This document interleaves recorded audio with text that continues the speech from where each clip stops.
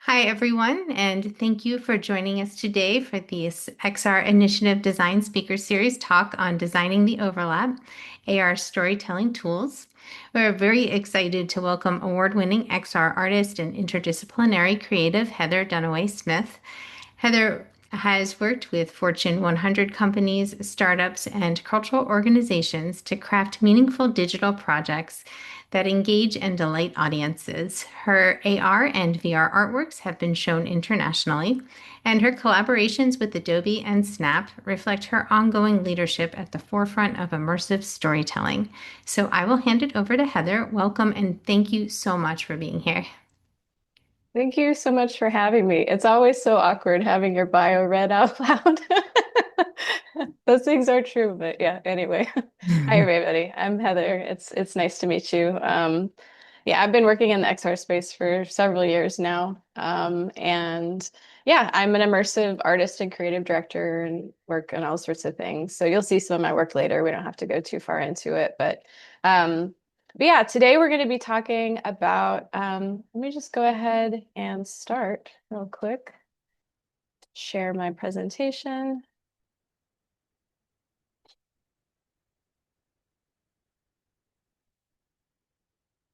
Go. Okay, can you guys see that? Looking good? Okay, Yes, cool. that's great. All right, thank you. Um, okay, so yeah, today we're going to be talking about designing the overlap, which is the overlap between the physical world and the digital world. And we're going to go over different AR techniques, capabilities, constraints, and some things that I've learned along the way, like best practices. So the overlap is this sort of reoccurring pattern that I saw when I looked around. And once I started seeing it, I couldn't unsee it. It just kept popping up everywhere. And the basic idea is that the overlap between two worlds or two areas is often the most interesting, and it's often where innovation is born. So ecosystems are not stories of isolation. In fact, they're the exact opposite. They're stories about interaction and collaboration between elements, like the relationship between things, the overlap. And in fact, there is a scientific thing called the edge effect, which is essentially that the overlap between two environments is where a lot of the energy and materials accumulate. So it's often the most productive, both in terms of resource and life. So permaculturalists use this edge effect to create something called keyhole gardens, which have naturally are more productive, require less work. And I'm a big fan of this because I'm a sort of lazy gardener that doesn't have quite enough time. So anything I can do to make it easier and more productive is a-okay with me. Um, and of course, technologists have noticed this too. We can give a nod to the old JOB uh, and yeah, creativity is combining things. It's not quite that simple, but the basic gist is there. So augmented reality is really fundamentally defined by this overlap, right? It's what happens when you combine the real world with the digital one. And I think because of this, it actually makes it a particularly potent tool for creating meaningful stories. Yeah, and I hope to inspire you guys to explore them a little bit. So my own career and my work is a direct outcome of my overlapping skill sets. I am an artist and a technologist, a designer and a developer. And these intersecting identities and experiences that I've had have really led me to be able to see insight, see opportunities when other people that are more siloed may have missed. And also, I really wouldn't be able to be like an individual solo XR creator because you really need all of these skill sets. So there's a lot of focus on like uber niching down and I'm here to say that like there's actually some real power with having your fingers in multiple pies. So we're going to talk about stories today, which is essentially what AR experiences are. Of course, stories are wildly important to human history. Stories are essentially how we give one another instructions about the most significant and often difficult to explain parts of being alive. So stories really teach us how to live, how to love, how to die, all that sort of stuff. And their forms have evolved over time. So oral to written to visual media, then we had interactive media, and now we're moving into this new spatial era, which is essentially the birth of a new medium, which is incredibly exciting, right? And when a new medium is born, it often copies the mediums that existed before. So, for example, when cinema occurred, it essentially copied theater. So, most of the shots were shot straight ahead as though they were being filmed like on a proscenium stage. Then, as people made more work, they made discoveries like close ups and jump cuts, different editing techniques that only film could do and theater couldn't.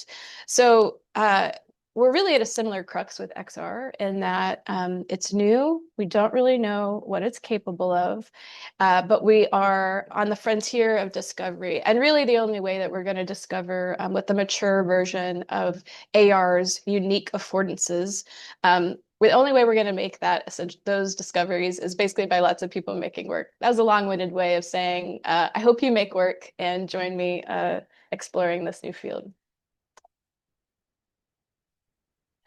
Okay, so here's a quick overview of what we're going to talk about. I'm going to cover AR's capabilities and the constraints because you need to take both into account. We'll do a brief overview of the current AR software landscape, which is changing a lot, which I'll talk more about later.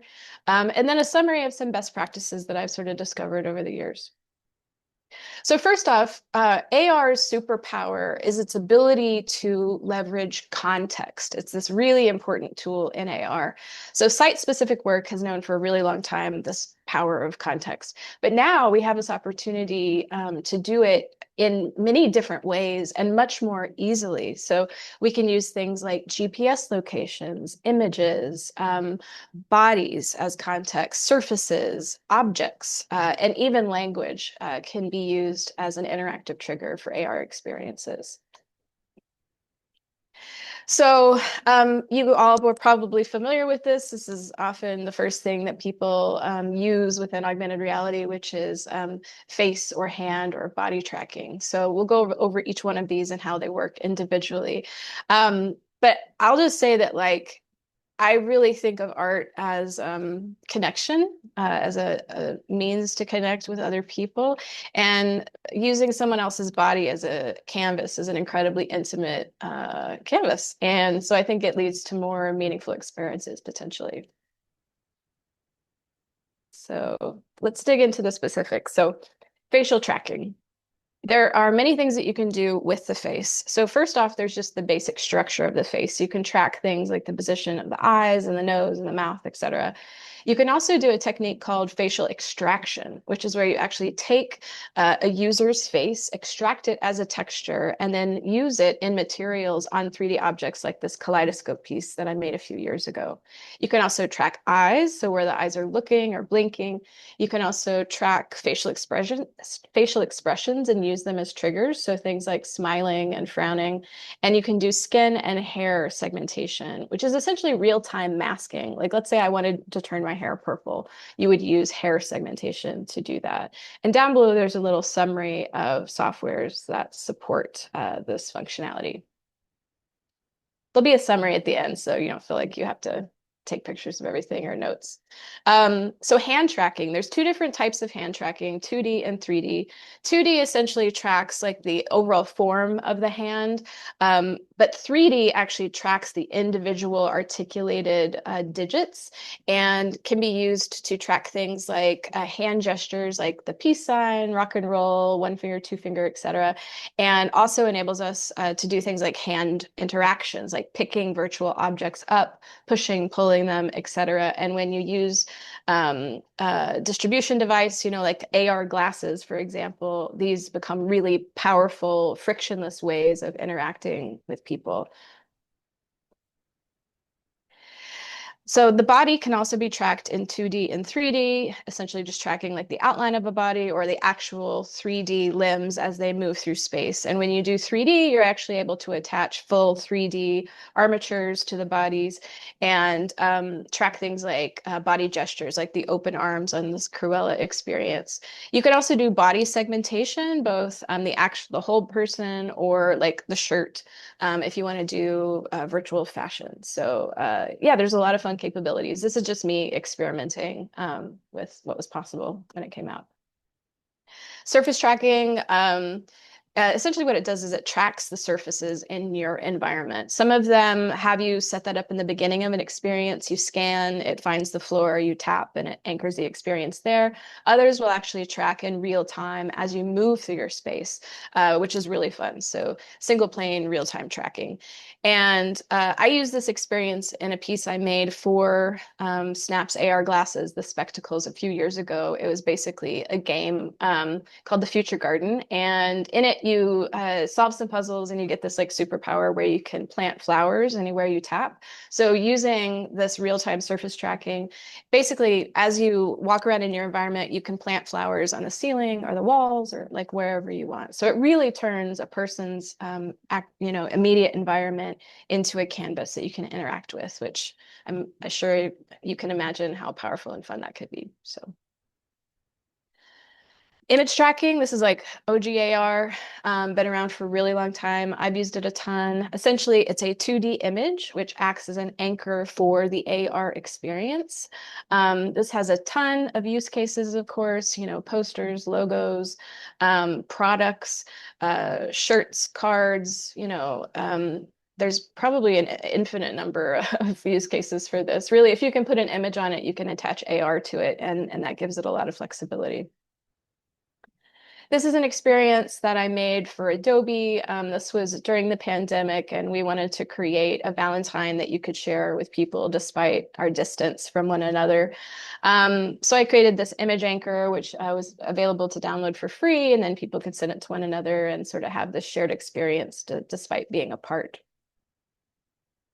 So location is another thing that you can use. So you can track GPS coordinates, and you can also do ML scans of landmarks is sort of another way of doing this and recognizing specific locations, but GPS is probably the most common. Um, this has a bunch of use cases too, of course, right? Things like virtual history tours, location-based games. Maybe you get a walking tour when you land in Rome, and as you walk around, you get more information about everything that you're seeing, and get more historical context. Like it's a very frictionless way of accessing education in situ. So object tracking is another thing that you can do. So you essentially use ML and you train it on particular objects. So if I scanned an apple and taught it to recognize an apple, every time it sees an apple, it could launch some sort of experience or some sort of story. You could imagine making an experience for a grocery store. Like that would be a really interesting way of using individual objects as sort of gateways to more information and playful experiences. This is a great example by a developer named Dev AR. They essentially trained on this little character, and then you're able to see all these different like faces and expressions. And it's, very effective. You could also use it for onboarding experiences, right? So let's say you get like a wacky new synthesizer. You can actually have contextual instructions as you're looking at it, which tells you where to click and what to select, et cetera. Again, it's like a frictionless way of having information at your tips. It could really transform the way that manuals work. Language is another thing that you can use to trigger specific events in AR. So this is a test I did. I made a business card which responds to the word hello. So when it says hello, it unlocks this secret portal and gives you my contact information and all that sort of stuff. I was thinking about it kind of like an embodied handshake. But it's really fun. There's lots of stuff you can do with it. I've used a few different times. In fact, I actually made a piece called Mini B, which is a miniature black hole, which allows you to basically banish anything that you want into the ether by saying its name. So here's a little video of the piece.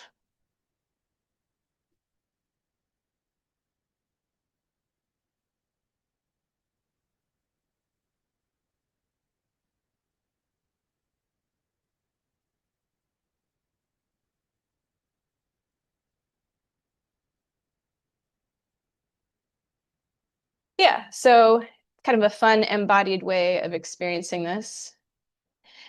This is an audio reactive headdress. So as I sing, it's responding to the frequencies, changing colors and shape. Here's another piece that I made that is audio reactive. This was for Coachella, which is like a very famous music festival. This was a part of a scavenger hunt where people discovered these unique magical desert flowers. And this particular one was actually also had like time-based instances essentially of itself, where I changed the materials and the shape of the flower depending on the type of day that you actually found it, including a nighttime light show edition. So if you found this flower like right around sunset, then it would give you this special, sunset edition, which is what this is here. And then of course aspects of the flower also respond to audio, so it's going to respond to whatever music they're hearing at the concert in real time. So here is a quick, easy to digest table of the current state of affairs, which I had to update last night because there's been changes in the last week. Some of you may know that two of the heavy hitters in this space, Spark AR Studio and now Adobe Aero, are going the way of the dodo. So Spark AR was last January that it went offline and took all of those projects with it. And now Adobe Aero is going to be closing in December. So if you've used those in the past, I recommend backing up your projects and documenting and all sort of stuff. But anyway, here's a current state of the world and what it supports. And if you don't want to take a picture of that, here is a QR code, which you can also snap, and that's available just as a little JPEG on my website if you would like to download that for ease. Okay, moving on. Let's talk about constraints, because honestly, these are going to mold your experiences just as much as capabilities will. It's really important to think about when you're making AR. So first off, limited screen real estate. Most AR experiences are developed for phones, which have, a pretty small viewport. But this also exists in AR glasses. So for example, the Snap spectacles have a limited field of vision. It's really kind of like a large postage stamp. So you really have to think about limited real estate in both instances. And all the stuff I talk about actually goes for both mobile devices as well as AR glasses. So this is going to affect all of your design choices, your framing, your AI, etc. Same goes for processing power. This is another thing to consider. If you want to create highly accessible experiences, you need to really consider older phones and really optimize from the very beginning. Although I just recommend optimizing no matter your ultimate distribution, because it's going to make everything work better. Everything from the story to the assets to the delivery really needs to be optimized. Um, You also have limited file size. So there are actual caps on the file size exports for many of these applications. So for example, Snap's Lens Studio used to have a cap of 4 MB, and now it's 8 MB, which kind of sounds like a lot until you start to think about all of the items that go into an experience. So audio is very large. Movie files that are very, very large. 3D objects with animations attached can be very large. So you really have to, again, distill and make every byte count. Also, when you're making AR, there's some real attention span issues, like because you're combining the data from the real world and the digital world, and that's just a lot of data to parse for people. So I really recommend, again, refining and distilling and optimizing from tip to tail. AR is really better in small doses in my experience. So now let's go ahead and talk about some best practices that I've found. And first off, whenever I start a project, I always think about why I'm using augmented reality and how I can leverage its unique abilities. How can I leverage this overlap in order to create a more meaningful experience? If you can create this experience in another medium, why use augmented reality? And I just think that in order for this medium to really mature, we need to go beyond like gimmicky, kind of cheap AR effects, which are really fun, but I don't think that's really going to lead to adoption by normal people because they think it's like cheap candy. I really believe that AR is capable of deeply meaningful stories, so that's why I'm encouraging people to explore them. That's the kind of content I want. So I've said this over and over again, but I'm gonna really hammer it in. Edit, edit, edit, and then edit some more. Make everything the optimized version of itself. This will make your whole development process a lot easier, your testing easier. If you have to rebuild later, it'll make that easier. Just keep things short and sweet and really distilled to the simplest essential essence of the project. This is my unique take. So you could think differently, but I believe that VR and AR have a lot in common, but they are fundamentally different. And that if you're going to completely immerse a person in an experience and overwrite the world that surrounds them, uh, that's really VR's territory. Doing it in AR creates safety hazards and it just really isn't the best use of the medium because AR at its core is about this overlap between the physical world and the digital one. So this is my take. They're unique flowers, use them for their purposes. When you're creating XR, so both AR and VR, you really need to think about the body and how you can relate to the body. So this is an early experience that I made with a butterfly cyclone. These all have proximity triggers attached to them. So as you approach the butterflies, they wake up and they start to fly around you indefinitely until you're encased in this cyclone. Um, it was one of the first experiences that I made, and it felt just really, really, really compelling in a way that like movie never could, It was basically making a dream of mine come true. And that was one of the first instances where I was like, oh, okay, there's really, really something here. And it really is about um our bodies are spatial, or not, our brains are spatial actually. Like they're built to understand our body and the world that surrounds us. So I just think, again, this is one of the reasons that AR can be so meaningful. So this makes scale and proximity two really powerful tools in AR. You can use what I call the dollhouse effect, which is this sort of like, miniature elements in the real world are like weirdly fascinating. Um, and big objects can also have a different feeling. So, for example, if you were standing next to this enormous bunny with glowing red eyes staring at you, that's going to feel really different than something that you're watching on the television screen, right? Another early experiment of mine was an AR flood. And I was kind of shocked by the fact that as I was watching the waters like rise, my body was actually kind of responding and feeling some anxiety, even though my mind knew that it was virtual. It was still kind of fooling it somehow. And again, this was one of my early experiences where I was kind of hooked. I was like, okay, yeah, there's really something there.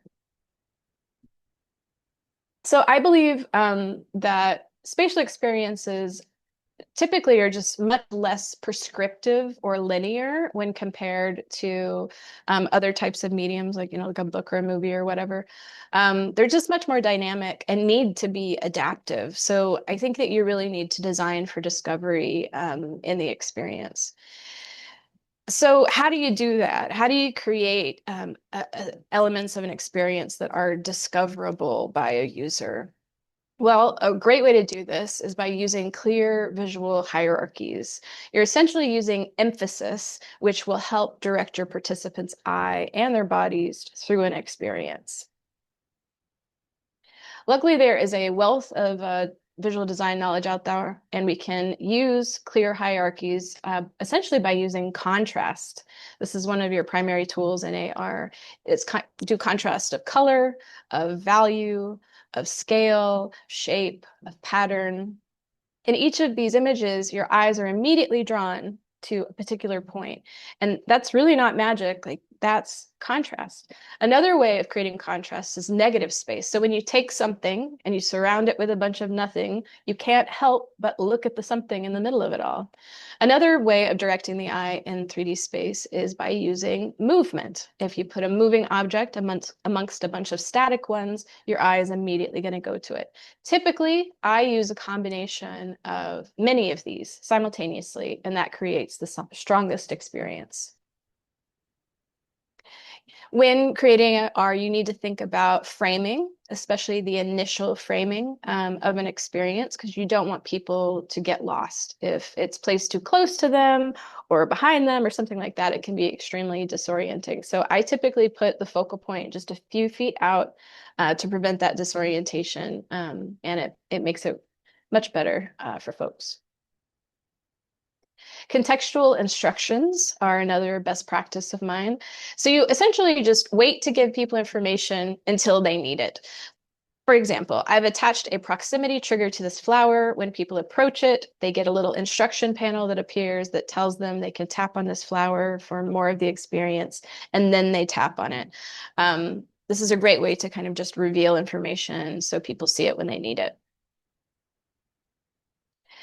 For me, art is really a conversation, and like all conversations, it's much more interesting when there's more than one voice involved, which is one of the reasons that I love interactive art and why I studied it and have been making it for a long time.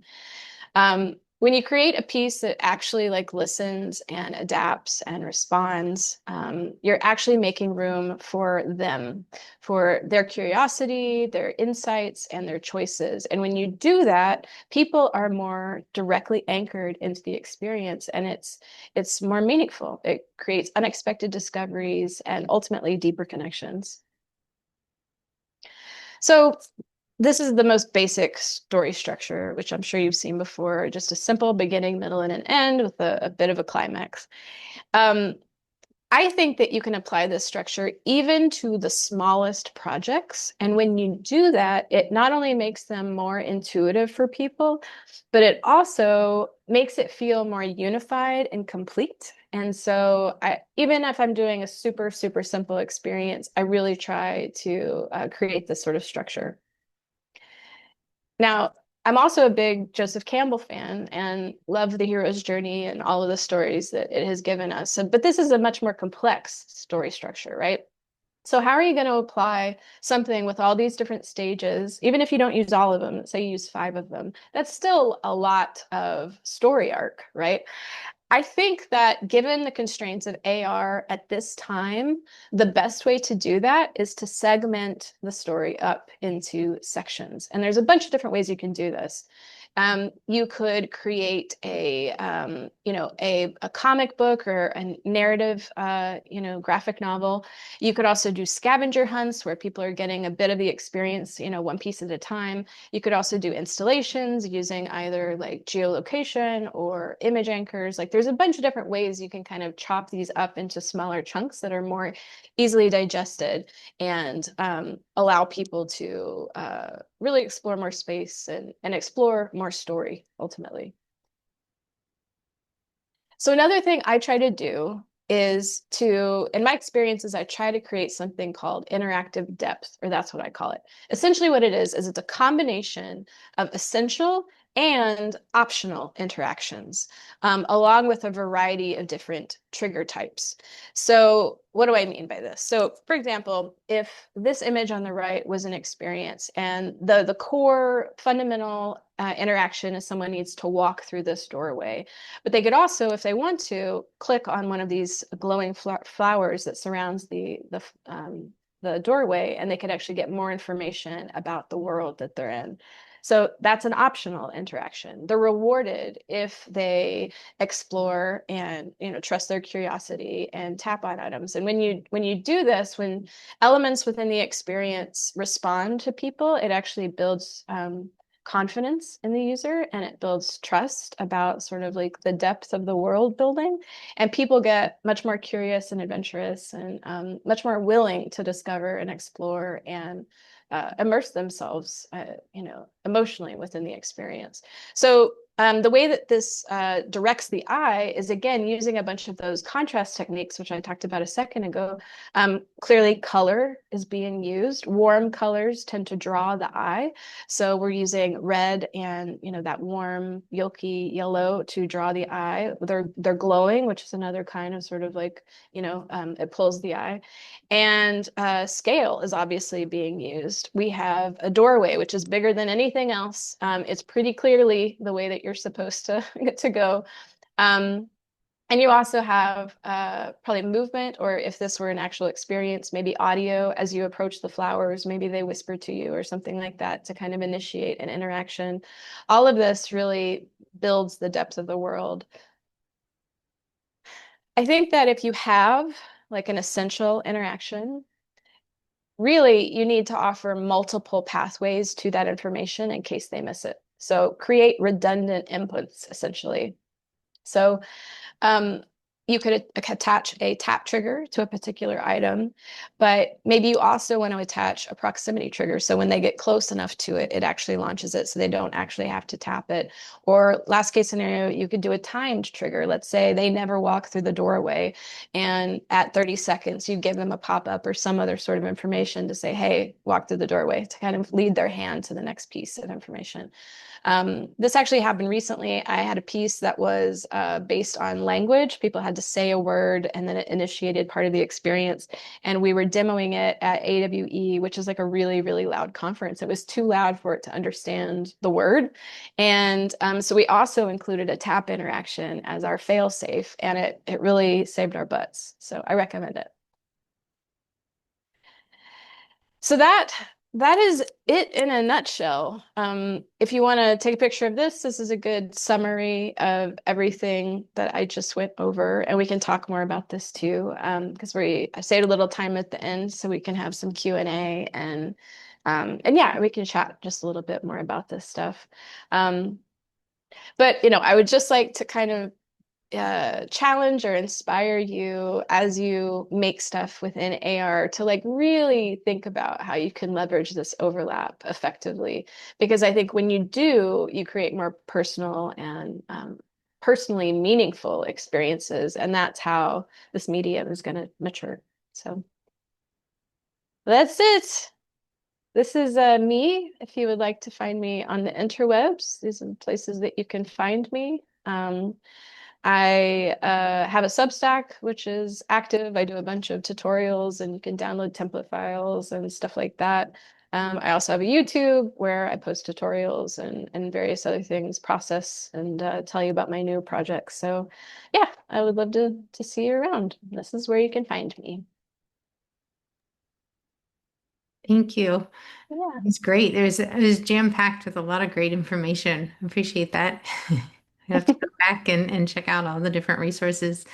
Um, the flower for Coachella was especially interesting. I don't know if you wanted to talk more about, because it sounded like having the time interaction and the music interaction, and there were a lot of different things with it, and I didn't know if there were any more details Sure. here on that. Yeah, so there were multiple flowers, and each one had their own particular sort of like relationship to Coachella. And then as people walked around the festival grounds, they were able to collect them and then read the unique stories and yeah, and experience each piece of the little story. And at the end, after you find all of them, you get like a big reward. I wanted to do a time-based sort of evolution of the flower. Mostly so that I could really bring like the I don't know, the celebratory feeling of like when you're at a festival and the night is starting to descend and it's like the perfect time for all the light shows and all the fancy like VFX that they do during those experiences. So I basically emulated that in the texture of the flower, which I did in After Effects, and also did like blend shapes in Blender so that the shape of the flower also evolved over time. And of course did like the audio responsiveness as well. So it changed in color and shape as people were like listening to things. Um, yeah, I mean that's really the essence of it. But it was a lot of fun to make, and people seemed to like it. I think when you're at a festival all day long, having something to do to kind of explore the grounds is like really, really nice. So yeah, so that was a couple years ago. Any other questions? Or I know I kind of like sped through it. I wanted to make sure that I didn't prattle on too long. Oh, Thank you. well, This is a wonderful presentation. I just had a question about maybe other resources like books that might be relevant. That one topic that this sort of pops up in my head because of the layers of kind of guiding people through an experience and having like audio, visual, and immersive elements. Kind of something just popped in my head. It was theme park design. So I didn't know if there was topics that would be kind of relevant that would provide kind of creative guideposts or for creating these kind of experiences. Real talk, there's not a lot, but because it's pretty new, but there are some emerging resources. Really, the best place, I think that the best place to get information at this point is really on social media and in Discord.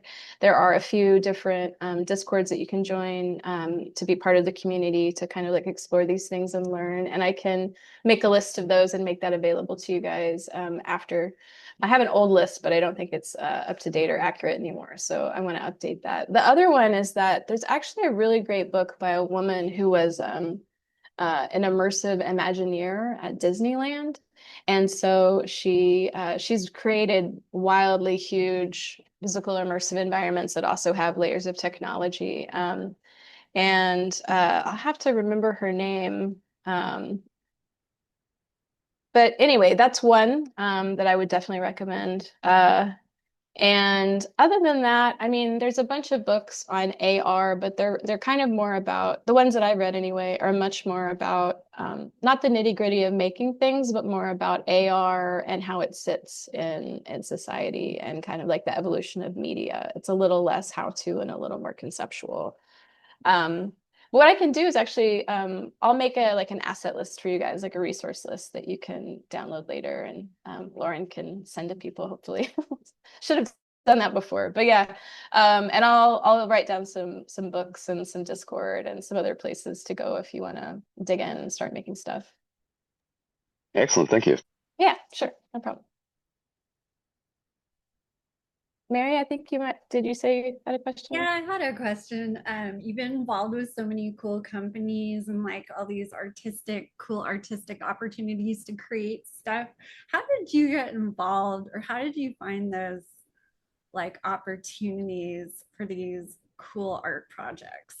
Sure. So so my brief history is that I was like a playwright, songwriter, storyteller person that discovered computers and then wanted to tell stories with computers, and then ended up being like a art director and artist at game companies.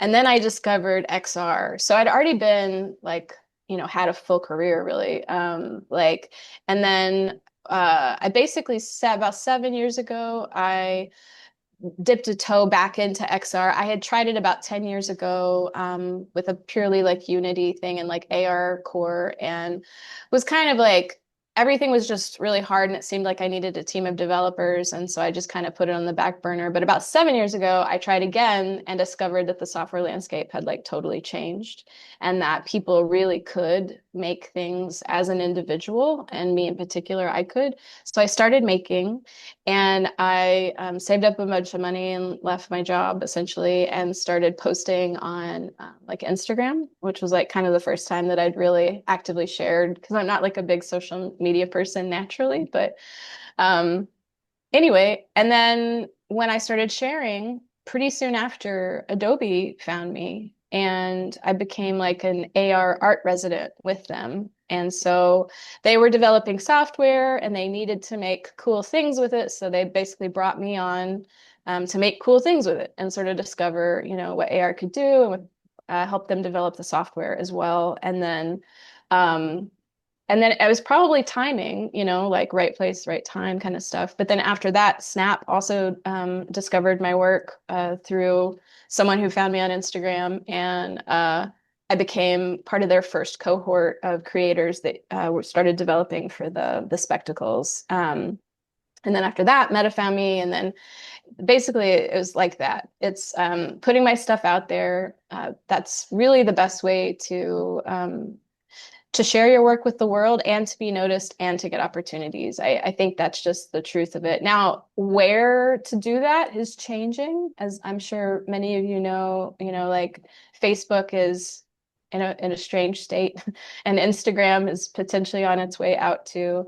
And people have, feelings about TikTok and the uncertainty around that platform as well. So I've personally moved to mostly sharing on Substack and YouTube, because it's a little less, I can do more meaningful content that's a little bit deeper, and I'm not just trying to kind of appease some sort of invisible algorithm by posting every day, which is, a whole other job. I'm busy like making things. I don't really want to be making content every day. Um, and so that's my personal vibe on it. But really, I mean, most of my opportunities, I think, really started on Instagram and Twitter, and a little bit TikTok too. So yeah, but that's how I made those relationships. And then maybe because there weren't very many of us at the time, people reached out to me. But I think it did help that I was already an artist. I already had a collection of skills and was able to kind of apply them to a medium. Does that make sense? Yeah, I feel like the traditional art skills are really like I heard you saying a lot about scale and contrast and like scale and human scale. And it seemed like all that is stuff that you could take from the traditional art world. For sure. That was kind of cool. Anyway, thanks for Yeah, no, totally. Because I was a visual designer before. Um, all of that design knowledge that I had was transferred to AR. And then because I was specifically an interactive designer and I had done a bunch of UI and UX and world building and stuff for games, I was able to take that interactive design knowledge and apply it to this new medium, which happens to have all of these brand new input types, compared to older, like traditional mobile games or console games, stuff like that, or just websites. I think I was pretty lucky. I had like a combination of skills that when overlapped, it's like right in the middle is like immersive artist. overlap. Yeah, there we go again. Yeah. Yeah. And the Venn diagram of all those skills, I'm kind of right in the middle. But um, any other questions or yeah. Yeah, Yeah. Joy, what's up? Yeah, thank you so much for your presentation. And I find your art style very mesmerizing too. Really love the butterfly one. And I was curious if you have any kind of favorite experiences of like stories that you've been impacted by in the AR space. And a follow-up is like any that are kind of interactive with like multiple people on the same kind of AR platform. Yeah, so I'll start with your last one first and move back. Connected experiences, or multiplayer, or whatever you want to call it, is relatively new within the space. So it hasn't really existed a super long time, but pardon me. But the company that has been doing it the longest, and I think is also going to kind of come into the forefront, is Lens Studio, owned by Snap. And they're the ones that are releasing the AR Snap spectacles this fall. And they've been doing connected experiences for several years now, and they've just made it available for the spectacles. So I just made my first connected experience for spectacles, which I think works way better than mobile devices because you can be hands-free. And there's a couple of different experiences that I've had. One was by As Delvin, which is a really famous. She's amazing. She's this amazing like stage designer, and she created an experience about like I don't even know how to put it. about connecting to humanity, and I was able to try it with like 10 other people in the same room in like a very aesthetic space that kind of tied into the content, and that was very moving. Um, that was maybe the first like sort of emotionally moving experience that I had on AR in a connected way. I also helped create assets and stuff for this a new game that has come out called Wand Duel, which is essentially where you get to like be, you know, like a Harry Potter kind of figure. You have your own wand, they have superpowers, and you get to have battles. That's pretty fun. And I just did a piece partnering with an MIT lab called Quasar Labs. And there's Oh, a, it's Sultan? yeah, yeah, Oh, yeah, yeah. amazing. Okay, Yeah. great. Yeah, he teaches in at ASU, so I'm a part of that Oh, program. oh, nice. But yeah, Yeah. small world. Yeah, totally. Sultan. So you might know about his Wage Love projects that he's been working on. Essentially, it's like he's done a bunch of DNA testing and has discovered his ancestors are like so global. They're like literally from all over the globe. And so we created sort of personas for these ancestors and then made them into 3D form and applied mocap so that you can actually have a dance party with the ancestors. And yeah, so that's the piece we just did at AWE. But so there's like, I think there's real opportunity to make some like really meaningful experiences, especially connected ones. Those are the ones I'm most excited about. Because art is wonderful, having these moments of awe is wonderful, but if you can share that with other human beings, I feel like you know, it's time 1,000. You know, it's just so much deeper when you can share it with people. So we're kind of, I mean, we're at a very exciting time, I think.